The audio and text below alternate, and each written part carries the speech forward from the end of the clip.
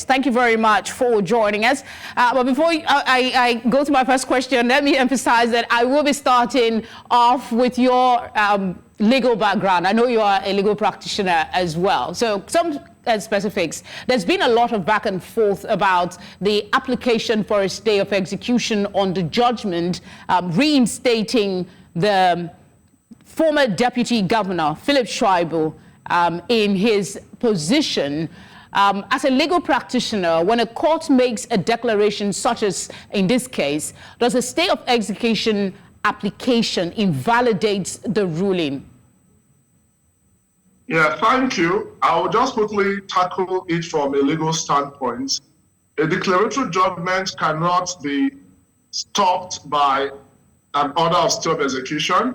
It is only where you have an executory judgment you talk of going to court to file an application for stay. And even when you file an application for stay, which is usually a motion or notice, it cannot automatically operate as a stay, particularly when your appeal has not been entered. It's only where an appeal has been entered that can now operate as a stay if the motion for stay of execution is not granted.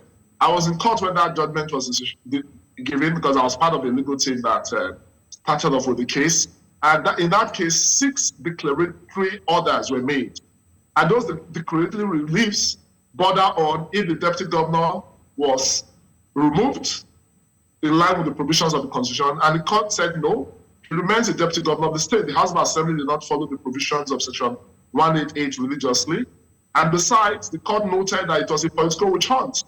Not done yet, as the deputy governor came into town yesterday. You see how he was ambushed. And unfortunately, the police orderly of the APC governorship candidate who was with the deputy governor at the mature time was killed at the entrance of the Benin airport. And it's quite unfortunate that the commissioner of police was there when all these things happened.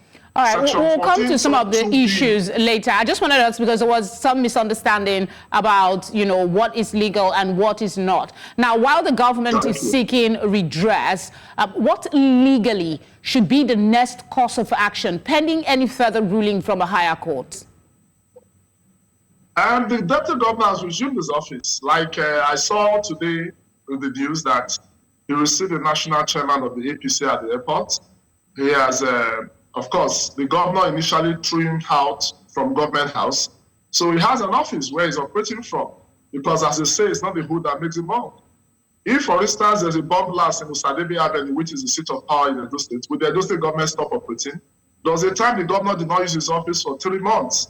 So it is not the place you call the office that makes the deputy governor to function. It is his assignment, it is his role, constitutionally defined. So as deputy governor, he's going to operate to the last day of this present administration, which is 11th of November 2024.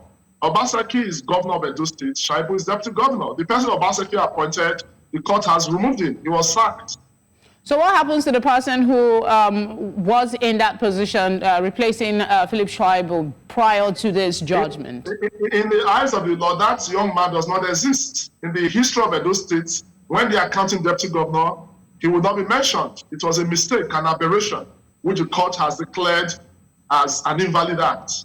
And in the let's talk about case of USC and McFord, the court in that case, per law, Denny said, you cannot put something upon nothing and expect it to stand, it will collapse. So when an act is void, is incurably bad, and to the extent of that inconsistency with the Constitution, the court declared the impeachment of Shaibu as void. So it has resumed. It's just that I expect the death of that police officer that gives me very serious cause for concern. And as I was about to say, Section 14 sub 2B of the Constitution places the security and welfare of the people as a primary purpose of government. Obaseki, the governor of Edo State, who is supposed to be the chief security officer, it's quite unfortunate that we hear that he was the one that sponsored those talks that laid ambush on his deputy. Okay, now you're speaking in your capacity as a spokesperson for the APC. I was going to... The APC candidate that died as a result of that ambush. All right, I'm told we're out of time. I did have other questions for you. Hopefully we can talk again. Thank you very much for speaking with us. Always a pleasure to be on your program.